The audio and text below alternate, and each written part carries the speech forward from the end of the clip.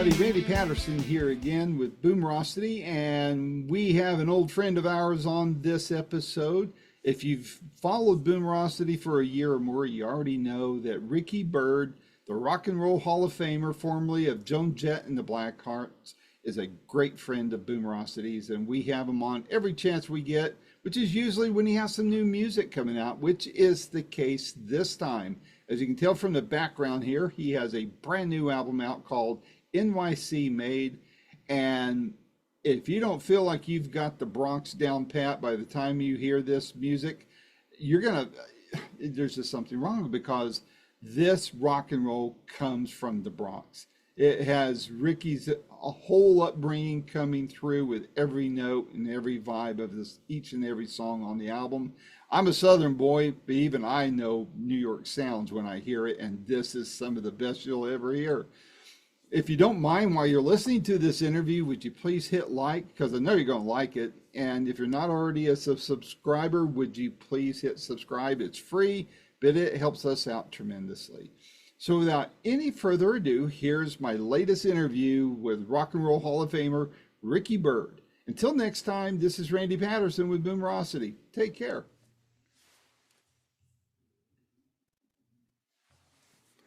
Ricky. What's up, man? Going, everything's up. Man, I like all those CDs in your background, man. If you left me alone in there, it might be dangerous for us both. So Yeah, I truly cannot tell you the last time I pulled one out and listened to it. Do you download them into your device or? Yeah, at some point I went nuts and downloaded everything onto my laptop, which in turn winds up on my phone. Right. You know, probably not every CD, but all the important ones. Yeah, yeah. Same Yeah, but here. I don't, I mean, to my left is all of these like DVDs. I don't watch DVDs either. Like, if you have a DVD, for some reason, you'd rather watch it on TV when it comes on. Well, I'm one of those type of people. Your lovely wife sends me lots of DVDs from her accounts that Yeah, we got she all of them. does. I bet you do. But I actually watch them, so I have a lot of fun with it. And rather than watching junk on TV, I'd rather watch some rock and roll of some Well, a sort. lot of So, these DVDs she does winds up on TV, obviously. right. Yeah. Yeah. So, I mean, it's like I gotta get the three remotes out. I gotta remember how to go onto this DVD player. It's like a whole thing. Yeah. I hear you. I hear you. So, well, Ricky, thanks for taking the time to join me again. It's always a pleasure to talk with you. And usually when Thank we you. do, it means you've got something new coming out. But before we get to this one, I was wanting to ask you how the last album did, Rhapsody in Blues.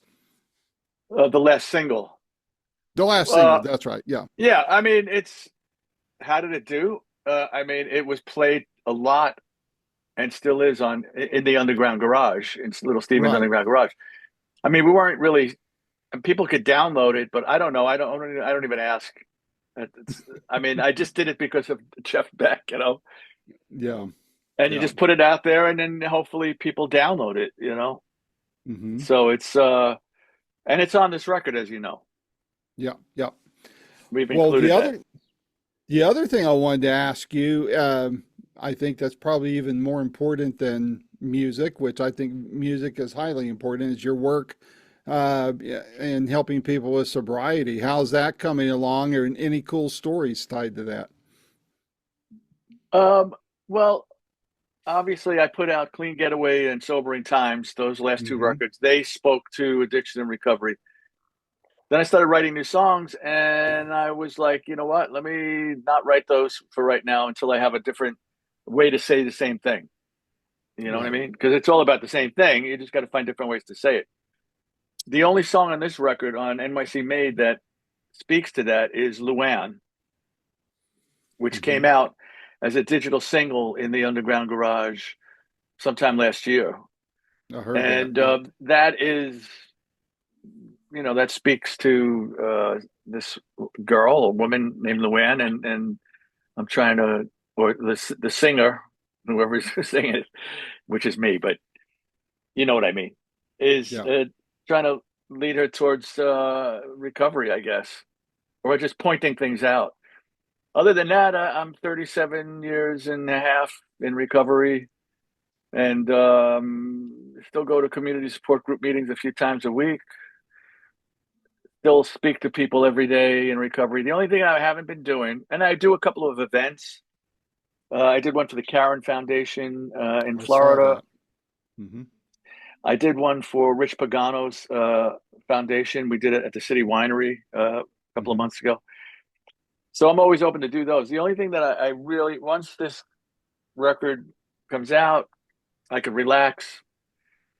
I'd like to start doing my recovery music groups again, which I Yeah. haven't done really since COVID. I mean, before COVID. It's Yeah. difficult to get back into those places, treatment facilities, because there is still COVID and it's in an enclosed environment like that. They're really careful about people coming in and going out. You know what I mean? Yep. But I really, really, really enjoy doing those. Like I take my acoustic guitar and my little book of lyrics and I go in and play to like, I mean, it could be 20, it could be 70 clients in treatment and, spread the message. Yep. There's another way to live. And the joy I get out of it is the looks on their faces when I'm doing these songs, whether they're laughing or tearing up or thinking. And then I get, messages, from on social media from some of them years later saying, "I remember I saw you in so and so, and I'm still listening to those songs, and it's helping to keep me sober." So Well, hopefully we can get that up and running again. I hope so too. I don't think I told you before when we talked why this resonates with me because I had a great grandfather who I never met, and a cousin who I adored. Both of them at different, obviously my great grandfather, like I said, I never met, but they both had committed suicide as a result of alcohol, being drunk and are under the influence of some way, shape, or form. And then I've had other relatives who have died for health reasons directly tied to alcohol. And so I was fortunate in that I was raised in a way that said, look, abstinence is just the best way to go. And that's the way I've lived my life, my entire life. I'm not saying I've never sipped one, but I never developed a taste. I mean, I don't desire it. I don't crave it. And I've had a lot of people tell me, hey, hats off to you. We wish we never started, even though they weren't alcoholics or anything. So just because of what I've heard about and witnessed in my family, seeing what you do to me means the world to me because I know you're Thank you. saving lives out there. So my hat's off to you on that, and I'm always willing to cheer you on that anytime you've I got something appreciate it. going on that you'd like to plug. So Yeah, I mean, I have that in my family too. Exactly that. And and then I have an uncle that's in recovery almost 50 years. So there's the thing about abstinence, like there's a lot of reasons why some people become that. Some of it is genes, like your mhm. chance is higher if it's in your family. Yep. And some of it's situational, if you live in the midst of people drinking and drugging. Hmm. But yeah, listen, people that can just go to a bar after work, a hard day, and have a throw back a couple and go home and they have responsibilities with their kids and they do them and they wake up the next day and they're fine. Good for Yeah. them. Yep. It just never Exactly. it didn't work that way with me. So And I don't know if it would have for me or not, and I'm not going to find out. So yeah, it's a nasty way to go. yeah, it is. It really The is. end is always horrific for people that die from either alcohol related, getting in your car drunk and driving into a light pole, Yep. whatever, or your Or or your just or, organs fail. yeah, or you get pulled over and you get very expensive bills and for DUIs and all that kind of stuff that can impact family finances and that kind of Or thing. And you get it's a all DUI of it. and you run somebody over and kill them. I mean, there's a Yeah. million way. And as far as the drugs go, these days with fentanyl being in so many different things, it's really playing Russian roulette. We used to say, you're playing Russian roulette with your life, but now it's like you don't even know. You take a Xanax because you're had a long day and you have a lot of anxiety, and you get it from the wrong person and it's got fentanyl in it, and that's the end. You're gone. Yeah. Or So addicted or something. anyway, So, well, man, this new album, I love it. Tell me about it. I What's the appreciate story behind it? it's hopefully New York driven. I Well, gathered it's that. yeah. I mean, why is it called New York City NYC Made? Is because it was and I am. Grew up in the Bronx until I was like 13, moved out to Queens, then moved into Manhattan, then back to Queens. Um, but I'm just a New York character. My rock and roll started at Max's Kansas City, uh, on 17th and Park, where the New York Dolls started and where everybody Yeah. went when they played giant shit. Like Zeppelin would wind up there. And I was like 16. And all of those clubs, those legendary places you see on Netflix or wherever, like that's where I was hanging out when I was that age. So Hmm. I'm just a New York rock and roller. And it's called NYC Made because of that, because that's where it was made and that's where I was made. And also, I was trying to make a slight statement. I got a little upset about during the campaign season when people were pissing all over my town uh, from all over the country, that it's this horrible, dangerous nightmare like Gotham City or something, before Batman Right. gets there, which is not true. I mean, obviously, New York is beautiful and gorgeous, and people want to move here and come from all over the world to visit. And yeah, of course, we got problems, man. It's a giant city with millions of people, and there's Right. issues, but it's a big city. So stuff was greatly exaggerated for the benefit of politics and bullshit. Yeah. And I just wanted to say, no, no, NYC is my town, and I will always be here. I can't see myself moving out, but anything could happen. And it goes, you have good years, you have dangerous years, you have, it comes and goes, but it's a giant city, man. And you got Well, people of all races, creeds, religious. It's terrific. mhm. Well, I have a guy I talked to a couple years ago. I was having lunch with him, and he told me, now, he's a very conservative person in his politics. Was watching Fox News, and he and his family went to New York City, expecting, Be Armageddon robbed. there. Yeah, Escape And you, from New York type of yeah, stuff. And he said it wasn't true. He says, we didn't see anything that we heard about on Fox News. And no, that but was coming there from somebody that was always watching them. are there pockets of crime. Yeah, but it's a giant city. Are there shootings? Yes. Again, it's a giant city, but millions of people take the subway every day, Yep. and they're fine. Yeah. But when something happens, I'm not saying it's good that something happens. I'm just saying, you know, give us a break. It's Yeah. It still the gets place where magnified. everybody wants to visit and come to see Broadway and the Christmas tree and Rockefeller Center, and Oh, yeah. Yeah. you know, It I could grew up in the happen anywhere. Bronx. Yeah, of course it can, and it does. I live in the Smoky Mountains, Ricky. It happens here. So we just don't have a subway. We have a trolley. So Wow, trolley, cool. But that's the header. yeah. As far as the music goes, um, I finished Sobering Times, and I made a conscious decision, like I said, not to follow up with more recovery tunes. Hmm. Um, although there's one, like I said, Luann, um, which is like a recovery vibe, but with like Jerry Lee Lewis and Little Richard music, I guess. Yeah. But Stephen Van Zandt said to me after Sobering Times, like he's always played my stuff, thank God. Uh, and he said, "You should be on Wicked Cool, the label." I said, "Yeah, sounds cool. Let's do it." But I said, "But I want to do." I was going through this thing where it's like, I spend so much time and money and writing 10, 12 songs, 14 songs. And people, if they don't, I don't really tour right now. I don't tour. Hmm. I do events. I'll do a solo gig or something, but I don't have a band or anything. Um, And I do like to put stuff on the record, so I'd have to have a band as big as ELO at this point. A lot of ear candy on there. But I said I can't see doing a whole record because people went for the radio, whatever radio there is left that would play my kind of stuff. They play one or two songs, and unless you buy the record or download it or purchase a hard copy, you don't get to the meat and potato stuff in the middle or at the end.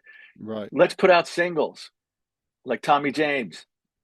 Yep. And so he thought that was a cool idea. And so what they did was I did Glamdemic Blues. So the record took a year and a half because of scheduling and this and that. Mm-hmm. Glamdemic Blues I wrote obviously sitting in my basement during the pandemic. That's what that song's about. Mm-hmm. And I went in the studio and finished it. That was the first song for this record done. Mm-hmm. I finished it after we could all visit each other again. Um, then came Alien. That was number two. Mm-hmm. Alien was written because I had watched on TCM. I had watched The Day the Earth Stood Still, which the theme is they come down. Michael Rennie, I think that's how he says his last name, comes down to Earth. Old black and white '50s movie. Comes down to Earth to sort of. He's the human delegate for the outer space people to tell us that we're out of time. You guys screwed up. Blah blah blah. I watched that. I had a dream that night that I was in a small interrogation room, like you see a police interrogation room in a '50s black and white B movie, at a little round table with the light, swinging over me, that one horrible light. But it wasn't police. It was three or four um, standard old school aliens, and they were interrogating me. And They didn't do sitting it like on South Park, did they? With probably. I mean, I don't watch South Park. Sitting next to me was Van Zandt. See, and the only thing I don't know from this dream is whether he was Silvio Dante from The Sopranos or was he Stephen Van Zandt. But he was the mediator, and Mhm. I was trying to buy the Earth more time. That's my dream. And I woke up from that dream, and I sat down with my guitar, and I wrote Alien. So that's what Alien's about. It's about how we've screwed up. So if you listen to the lyrics, and all the lyrics are right here. See, they're I've all got inside. that. Yep. It's all inside. Yep. Stephen loves lyrics, and so do I. And I love writing liner notes too. So that's two. Then came Luann. So I just started with a riff, and that was the one I let slip into a little bit of addiction recovery stuff. Even though, like, if you didn't know, you probably wouldn't know. Um, it's more the way Tyler would talk about it, in Aerosmith. And Mhm. and then finally Jeff Beck passed away, which is a horrible tragedy because he was one of my 4 or 5 main guitar influences when I was a kid Mhm. and an adult, obviously. And I wrote that, and I tried to write words. I couldn't figure out how to, everything sounded really hokey. And I said, let me try to write an instrumental. So I wrote the melody. I wrote the chords, and then I wrote the melody. And it's the first instrumental that I've ever written in my life. So I Wow. called it Rhapsody in Blues with an S because Mhm. Rhapsody in Blue is like my favorite piece of music, like Gershwin Mhm. lover, right? It's about 4 or 5 songs or pieces of music that makes me tear up, and that's one of them when it Mhm. goes to the refrain. And that's he wrote that in New York, like I think the Upper West Side or something. So then Wicked Cool put that out, and they played that on in the Underground Garage. Mhm. I keep writing, meanwhile, because it takes time once you submit it for it to get on the radio, months. Right. And I'm writing and writing, and all of a sudden I have 14 songs. So it's like, oh, I think I might have an album, I guess. And then I kept submitting them, and then Van Zandt, dug what he dug. The 1 or 2 songs he wasn't thrilled with, or they weren't right for the record or something like that. Didn't wind up on the record. I mean, I had the final choice. They came up with I let them come up with the actually Dennis Mortensen, one of the producers. He came up with the order of the songs. And then, there was one that I was questioning, that one or that one, and I picked this one. In the end, I'm the artist. I get to do what I want, but I like having input. That's why I wanted to sign to Wicked Cool, because I wanted input. Hmm. It's a lonely job recording your own records. And me and Bob Stander recorded Lifer, Clean Getaway, Sobering Times, NYC Made at Parcheesi Studios, which is out in Long Island. Hmm. We co-produced the records. Um, and that's where the record came from. That's a lot of time from when the whole thing was done. It's been months, like 6 months, easy, until they said it's coming out March 28th. So I didn't really work hand in hand with Steven for the first half of the record, first three quarters. I didn't know what the process was. Yeah, we're friends, like we're acquaintances. Now we're friends. Yeah. But I didn't. I thought you just submitted the song, Steven Yade or Nade, and then they wound up on the radio, and then you know, that's a good one. Let's keep that one. Hmm. When I got to the Jeff Beck song, I ran into Maureen Van Zandt at a club in the city at an event, and I said, it was right after I finished Rhapsody in Blues. I said, I have this Jeff Beck instrumental. She said, send it to me. I sent it to her. She said, I love this. It's fantastic. Steven's got to hear it. She played it for Steven. He got in touch with me. And then for the last couple of songs, he was very involved with, well, like we were on the phone all the time, from the studio. I would just send him stuff and he probably listened to it on his phone. And he Hmm. said, do this, put this here, try this over here, make the vocals louder. I love that, because it's only my opinion and Bob's, and I want somebody else's. Um, so it was that song. It was Transistor Radio Childhood, which is the first single that came out attached to the record, not counting I those other love that. four. I love that song. I appreciate it. Yeah, I'm getting a really great response from it. That song, so I sent it to him stripped down because, like we said before, I like to put a lot of stuff on my records. I get carried away sometimes. Um, Hidden stuff, little guitar lines or vocal stuff. I sent it to him stripped down because he said, let's do this one stripped down. He said, this is a classic, but it doesn't sound like it's finished yet. So him and myself and Bob and well, what do you think? Well, try keyboards here. You got to make those bapas louder in the front, and I don't like the fact that you're singing the backgrounds by yourself because I sing mostly all my backgrounds Hmm. are me singing to myself, which makes them very tight. And he's saying they need to be messy a little bit. I also Jeff Kazee and Christine Allman, the Beehive Queen, sing on a couple of songs when I can get them out to Long Island. And I said, well, all right. So what do you have in mind? So he said, come up to Renegade Studios in Manhattan, the Wicked Cool office. We'll put a couple of guys together. We got Willie Nile, great artist, Love and Will. Love him. Willie, yeah, great guy too. Very supportive guy. Uh, Mark Ribler, who is a great artist on Wicked Cool, and also Stevens MD for the Disciples of Soul. Jeff Hmm. Kazee from Southside Johnny's band, and also plays on all my music. And Steven, and they sang the Bapas. See, that was all them doing. Then came the discussion of how loud the Bapas should be. People have Uh, no idea this what goes on an oh, album, do totally. they? It's insane sometimes. Well, and when you bring other people in for input too. So I kept saying, aren't they too loud? And he kept saying, they're not loud enough.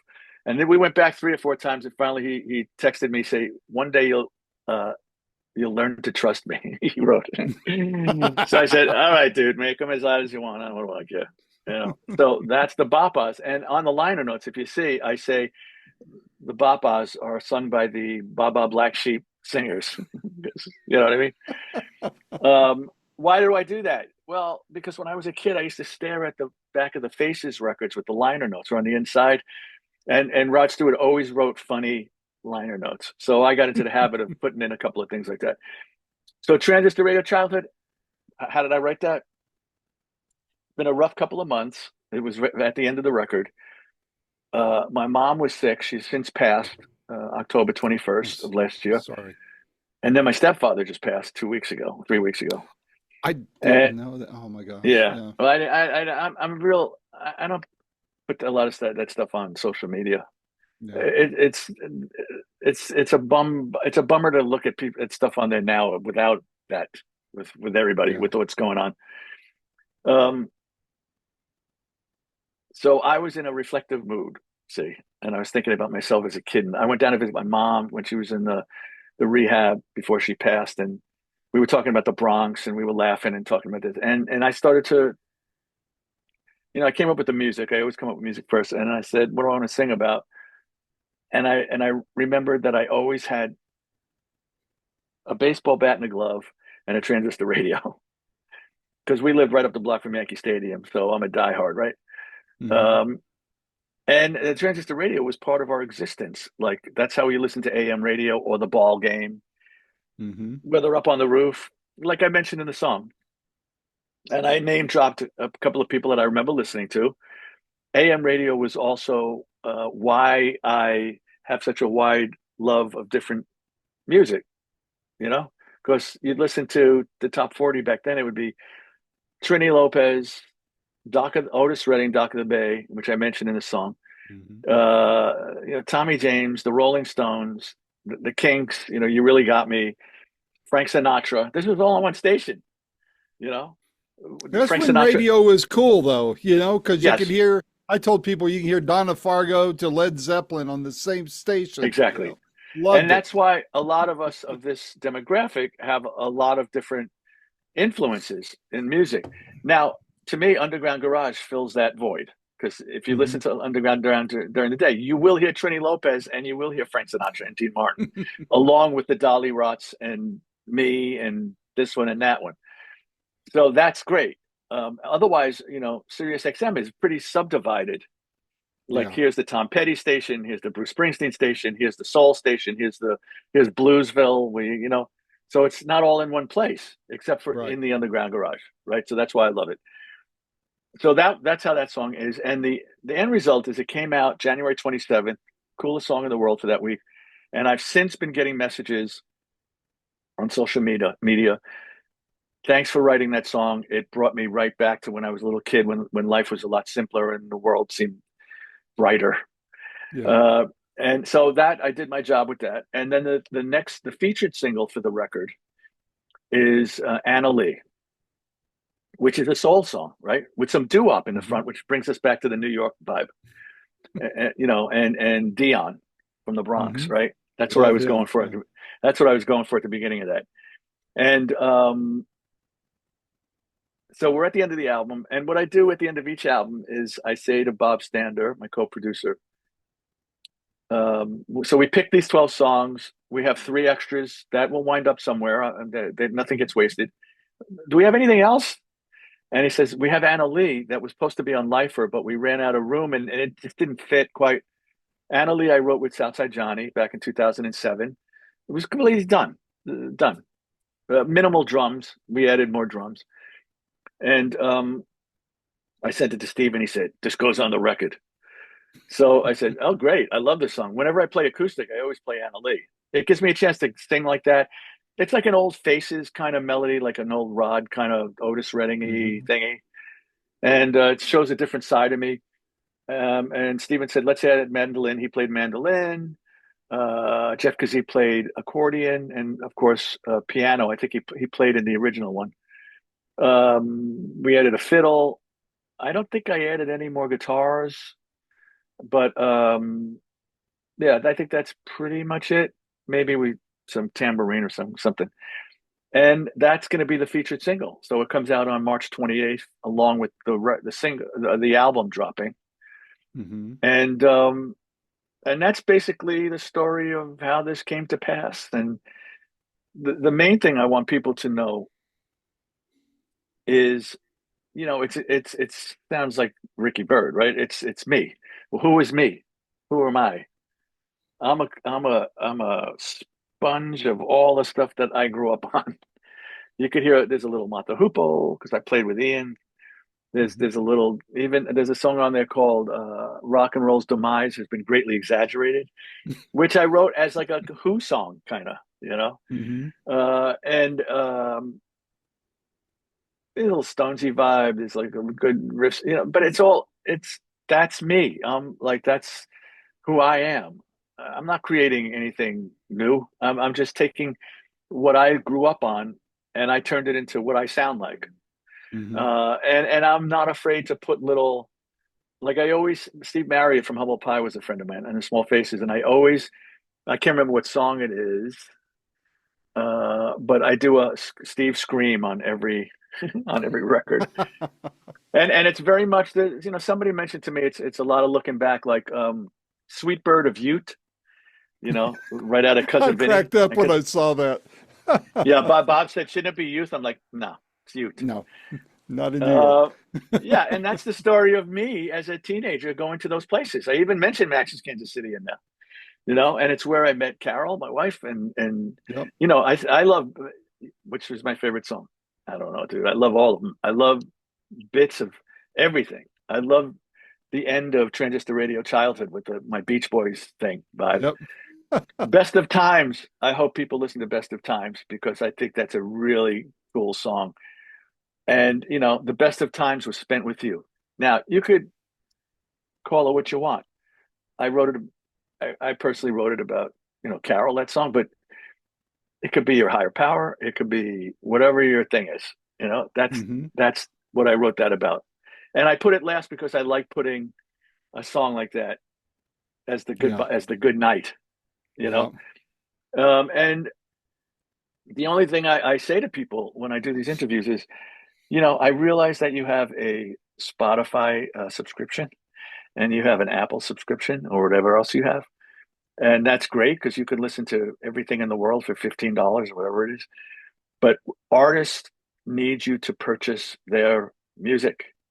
That's right. That's how we make new music. See, I Yep. know you don't know this or you don't think this, but Spotify um, and that those subscriptions streaming does not really make us any money. It's Yeah. the amount you have to stream to make any money is ridiculous. If you go on the link that maybe Carol sent you for the Orchard Hmm. or rickybird.com, Hmm. there's a link to the Orchard link where you could download, you know, what is it, $2, something like that, $1.99. Those all add up, so we could do more music. It costs money to go That's into the right. studio. See, That's right. uh, and or you could pre-order the record, so it's out in 2 weeks. Hmm. Or if you want, I don't know when this comes out, but you can. As of March 28th, I will be selling signed copies of this guy and the CD or the CD. And digital is all wicked cool stuff. So you could get digital from them. Hmm. But I will be selling signed copies of this, the CD, and I'm always throwing in swag. So there'll be a signed copy of the Sobering Times record if you don't have it, or Clean Getaway. I got some really cool new 8x10s, which is actually the cover of what was the cover of Rhapsody in Blues, the Jeff Beck tribute. Hmm. I have stickers. I made up every album, every record I do. I make up guitar picks from Cool. those records. So NYC Made guitar picks, but my signature on the back. And those are all going packages, and you'll have choices of which package. Well, Maybe think, I'm going to do that now. Carol sent me the vinyl of this, but I want to order because I want to get a signed copy of this as well as on the other. So I'm going to hit the site because you can't see it because this is virtual, but I've got signed albums all over hanging on the wall yeah, all yeah. over my office, and I want your stuff on there to join it. So, Oh, I appreciate it. I hope everybody does that. And also, what I'm thinking of doing, so all that will be in a package with everything you purchase at different price points, obviously. And then I noticed that I have guitar picks, not a million of them left, but I have. So there's new ones for this one. There's Sobering Times. There's Clean Getaway guitar picks. There's a couple of Lifer guitar picks. And my guitar tech from back then says, I know I have a giant bag of Ricky Byrd Blackheart picks somewhere. And I'm like, whoa. dude, find them. Because I have some, but I don't want to give them away. I don't have a lot of them, No, maybe you got to 10, keep them. 15. Yeah. I thought maybe it would be really cool to put together a little package of if you want to buy a set of Ricky Byrd guitar picks from different Oh, that would years. be cool. That would be cool. So all of that stuff's going to start on the 28th of March when the record officially drops.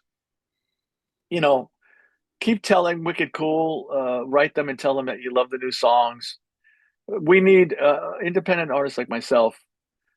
We need not only encouragement, but street teams. It's like if you and this is only if you dig the music. If you don't, then Right. go listen to Right. somebody else. But if you dig what I do, then try to like put some legs behind it, Right. and maybe help out because we want to keep making music. And eventually, what's going to happen is if everybody just streams, artists are not going to be able to continue making new music because there won't be money to do it. Right. Yeah, you could do stuff in your house, of course, Right. But but you can only go so far. There's still expenses, that's right. That brings So up that's it. something, Rick. What's that? That brings up. Do you have a couple minutes? Because I wasn't going to ask you this, but this Yeah. popped into mind. I'd love to get your thoughts on this because you're talking about artist support and all that. And I talked to, gosh, it was Lawrence Gowan of Styx the other day, Hmm. last week, and asked him the same question.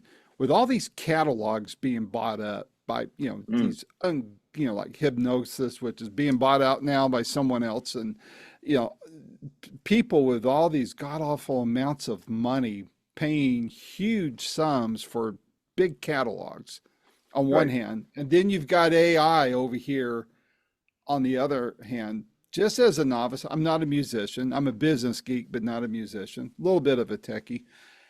And I see this convergence happening that I don't think I really like, just as a ethicist and as a music fan and as a business geek. And that is what I see happening is once all these catalogs kind of compile into the hands of a few, corporate few, and then AI gets thrown in there. Number one, I think royalties will magically start being paid more accurately because there won't be any choice. But then I wonder what happens to all these catalogs. Do they get remastered, remixed, and all this stuff? And, what happens to, I mean, this will probably Well, happen after we're gone, but what are your thoughts on that? well, I don't know. Each contract probably has provisions that you can't remaster or remix this. I Mm-hmm. would assume not all of them, but I'm sure some artists are going to be like, listen, I'm selling you my catalog, but you can't do this, this, or this. But I could tell you how I found out about how this catalog thing works. First of all the remaining record companies are buying each other up. So that's even getting smaller than it was. And if you're on a major label, whatever that means now, and you have a hit record, and then the next record doesn't do good, they're just tossing you off the label. I mean, you don't get the chance that you used to get. Wicked Cool is a different situation. I could just keep putting out music. Right. Um, and I don't spend a lot of money doing these records. I mean, it's a lot of money coming out of your pocket if it comes out of your pocket, but it's not like what would from the old days, Right. how we used to spend on when you were in the studio for 8 months. No, it's not like that. I'm sure somebody does that, but that's not how I do it. But I remember I was talking to my friend who's since passed that worked at ASCAP, and I was saying, I think we were talking about getting songs in movies or TV. Like, oh, no, I'm sorry, it wasn't my friend. It was somebody else I was speaking to about getting stuff. I said, I've got these two albums with these two records of recovery songs.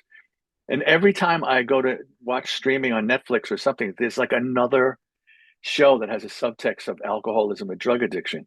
How do I get my music to them before this freaking show comes out? Mm-hmm. And to your point, he says Netflix buys. It's very hard to get to the music supervisors, and it's they've all changed from when I knew them.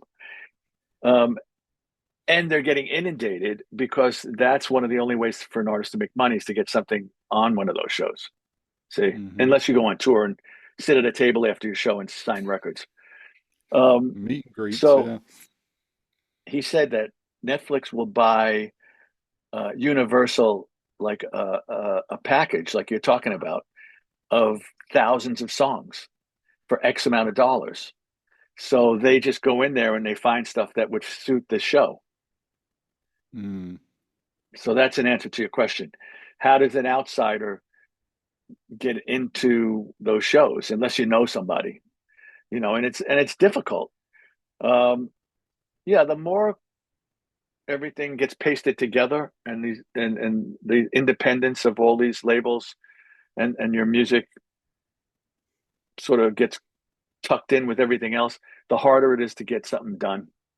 Yeah. And I can understand why these people that are, in their 70s or whatever, at huge hits 40 years ago, they sell their catalog. Good for them, man. Yeah. And I don't have to do anything anymore. I just could write new songs. It doesn't matter, if I get on anywhere, anything, like, it's cashing out, isn't Yeah. it? It's Well, like you just it's won at the baccarat table, and you're saying, you know what, I could either stay here and keep spending my money, and there's a chance I'm going to lose everything, or I could just cash out. yep. And Yep. I don't judge anybody. Yep. Well, I hear you, and the whole thing about standing out from the crowd. I hear you. I run into the same problem with my podcast and YouTube channel. I mean, when I started my website, 16 years ago, there were people doing what I was doing, but not as much. And now it seems like everybody's interviewing everybody, and the artists are getting in and interviewing everybody. So there's this, you know, this Well, I huge, did stuff. I did stuff in recovery during COVID where I was Ricky Byrd and friends, where I would call on my recovery friends and I would interview them for this recovery organization. And I love doing that. People it said, was why don't you very do a cool. podcast? People said, why don't you do a podcast? It's like, dude, aren't there enough podcasts? Like, I don't need to do another pod. I don't need to write a book. I don't need to do a podcast.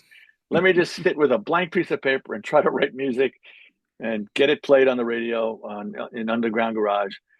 And I say Underground Garage because luckily Stephen loves what I do. But there's online radio, there's satellite radio, Hmm. there's the regular radio, like the stations in each town, Hmm. um, the classic rock stations. Okay, but I am classic rock, right? I played with Joan and the Right. Blackhearts, and I played with Roger Daltrey, and this one and that one, Southside Johnny. But it's very difficult to get new music played on those stations. Yeah. Is it impossible? I don't know.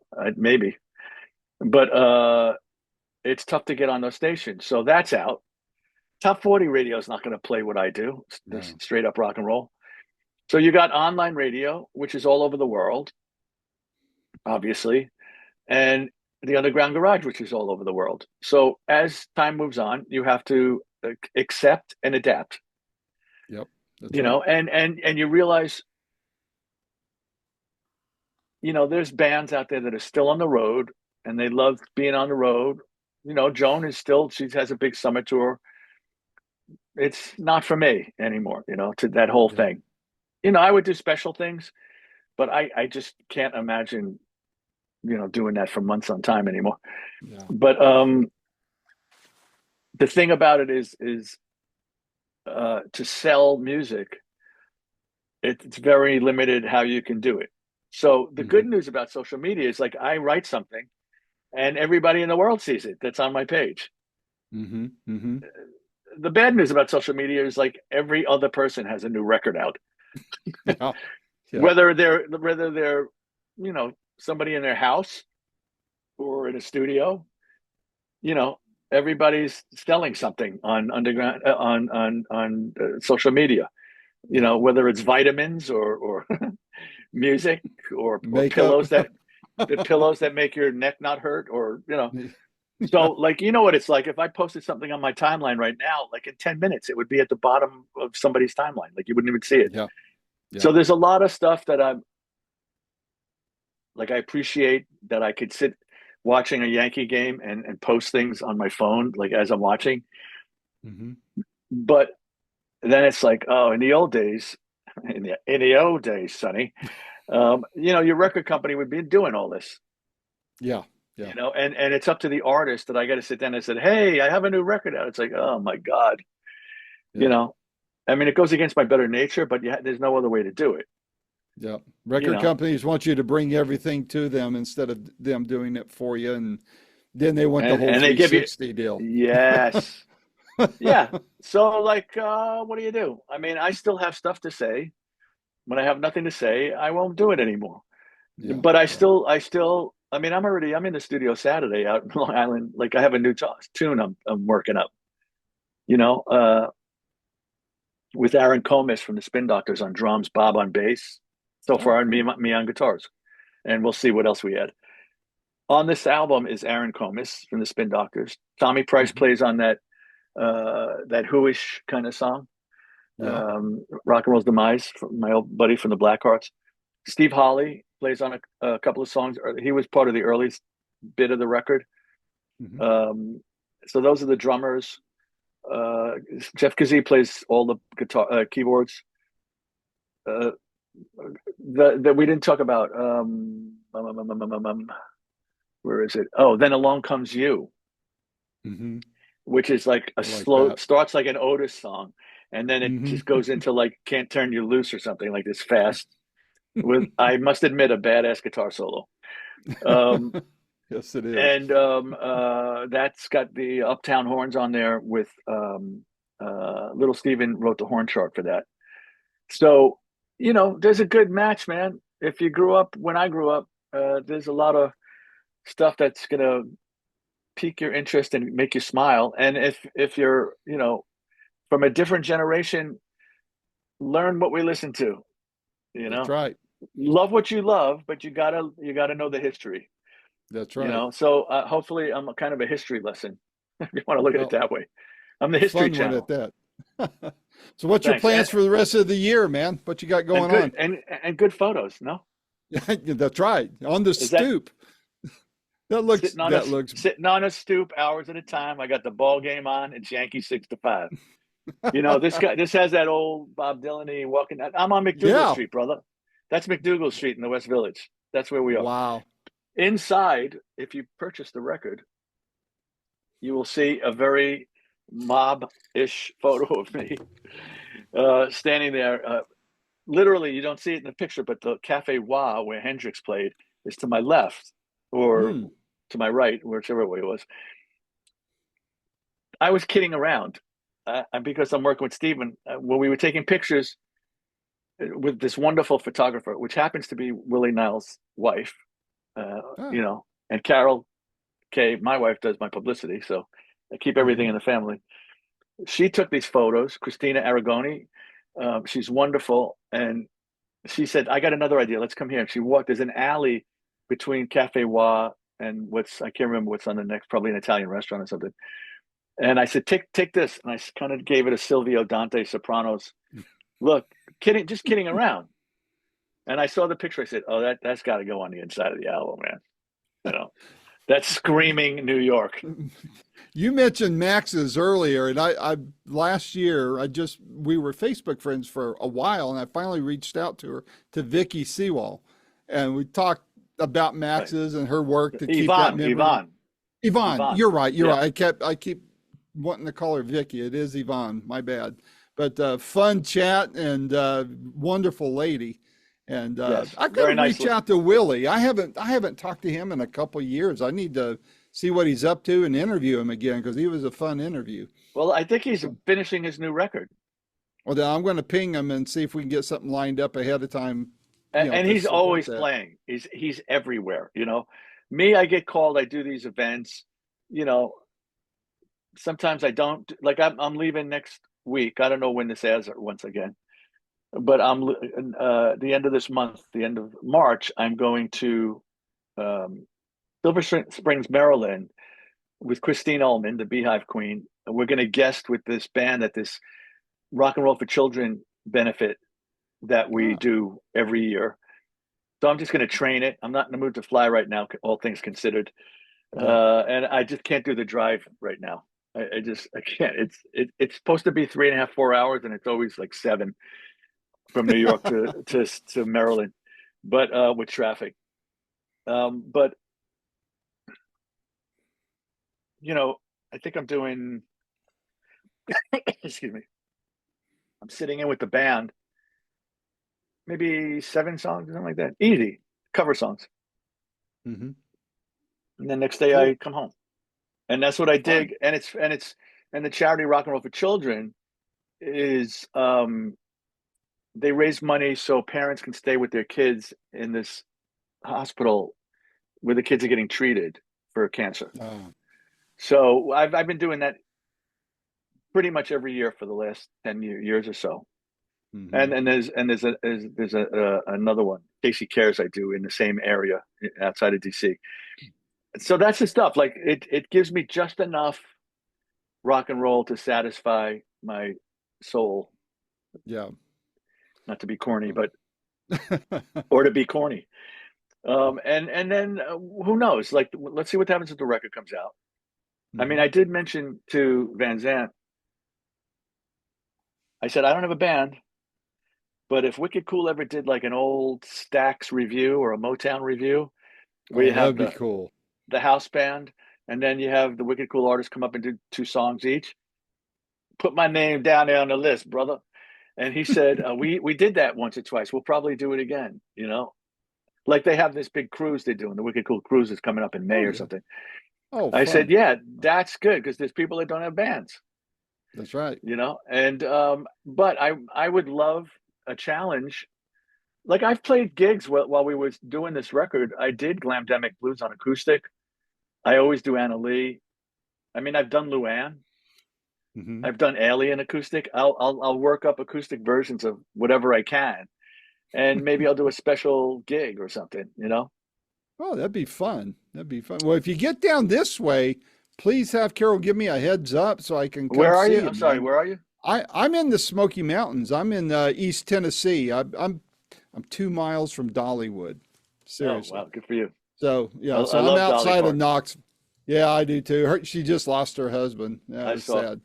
But yeah, I'm outside she's a good of Knox. soul. She is. She really, and I've interviewed her one time. We're part of a group interview, and she is the same no matter what. And I know, being where I live here, I know people that know her very well, and I know a lot of people say that, but these people really do.